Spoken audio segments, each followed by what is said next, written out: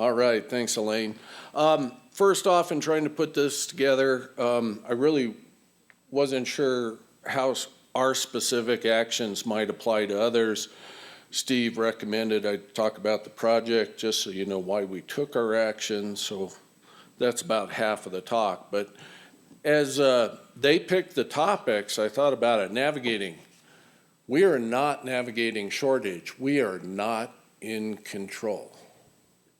Don't forget that. We are not in control. Navigating has way too much planning implications. And which way do I point? There we go. Had a great photographer come through, so I wanted to use some photos, but this is one of our efforts here. That's Narragansett up in the foreground.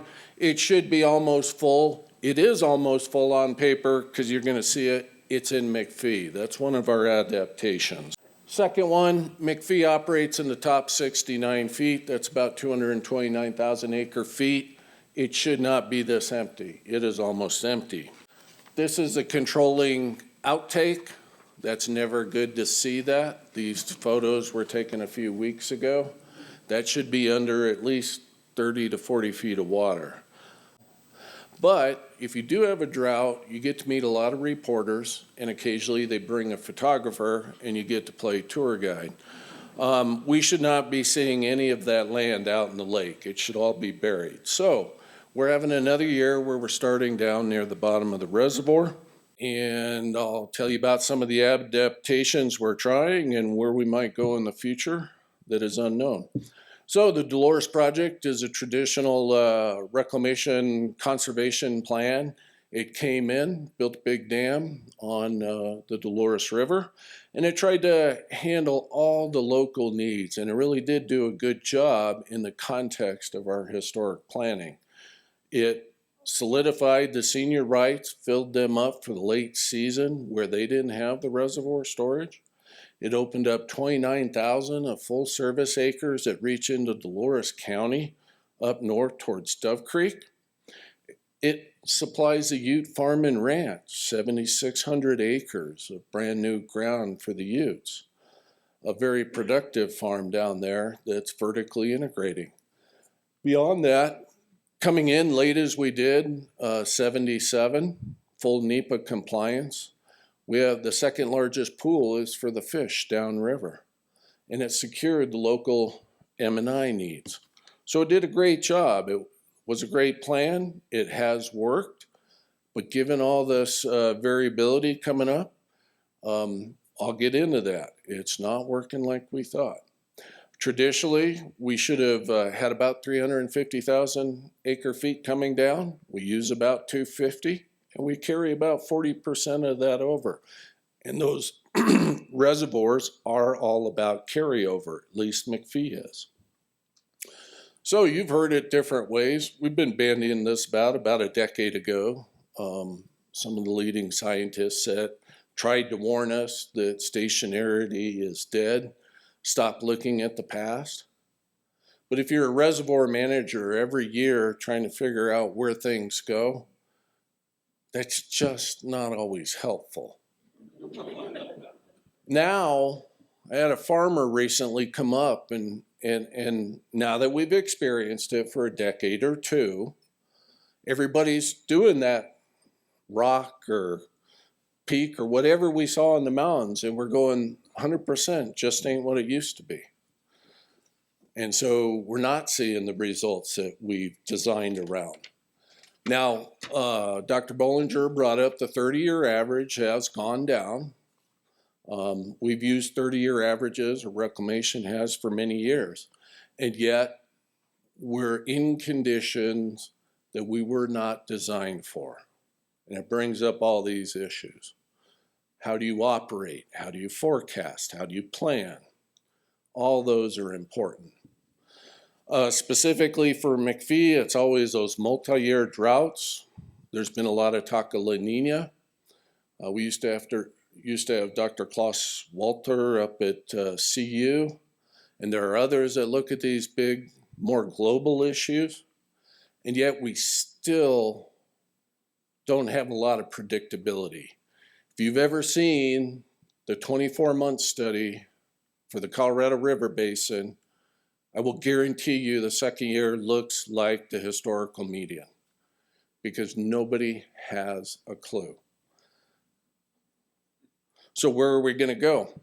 I asked Dr. Bollinger. I think there is a lot of hope in that we are starting to focus the science where it can do good on multiple fronts. Susan brought up the report that just went to Congress. I do think we have some opportunity here. ASO is just a tool for measuring, but it can also teach you. We saw the talk where we had Dr. Bollinger talk about the statewide.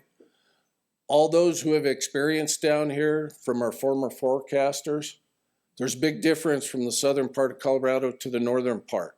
We need to start localizing some of these issues. We're going to have to lead a lot of that ourselves, and then we're going to have to call on people like Dr. Bollinger to help us focus it.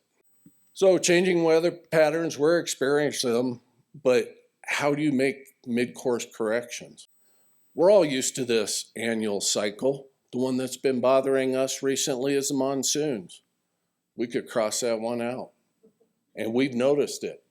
And yet, how predictable is that coming forward, and what do you do with that gap?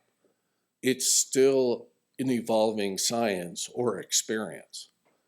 One thing we're doing is going after the no regrets options, low-hanging fruit. We're going to continue with forest health and cloud seeding.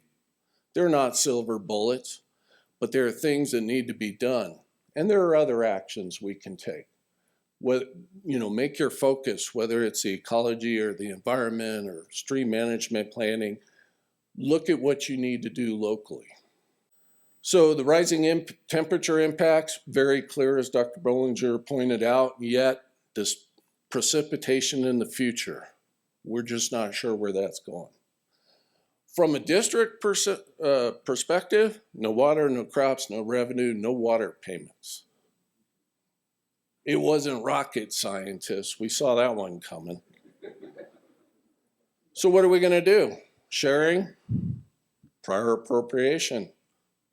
It's in our Constitution. It's important. And yet, we have interim guidelines. We have other things.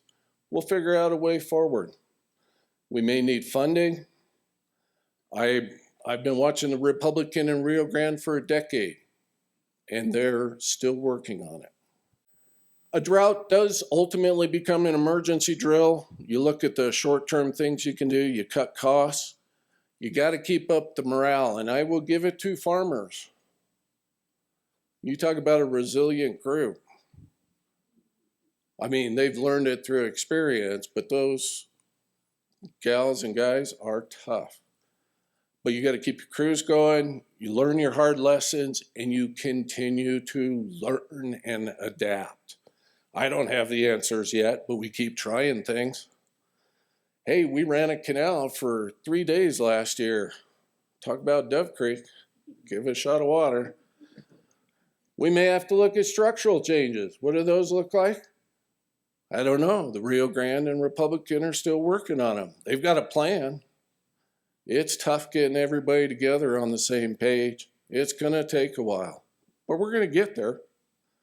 And somebody in the Colorado River Basin came up with this one. And on one of those many Zoom meetings, and it could have been Brad, it could have been Eric, could have been Ensinger. But this is it. We're going to match supply and demand.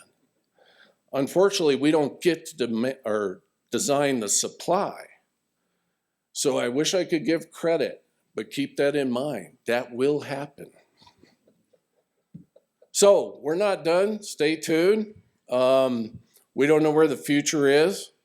2019 was just a few years ago.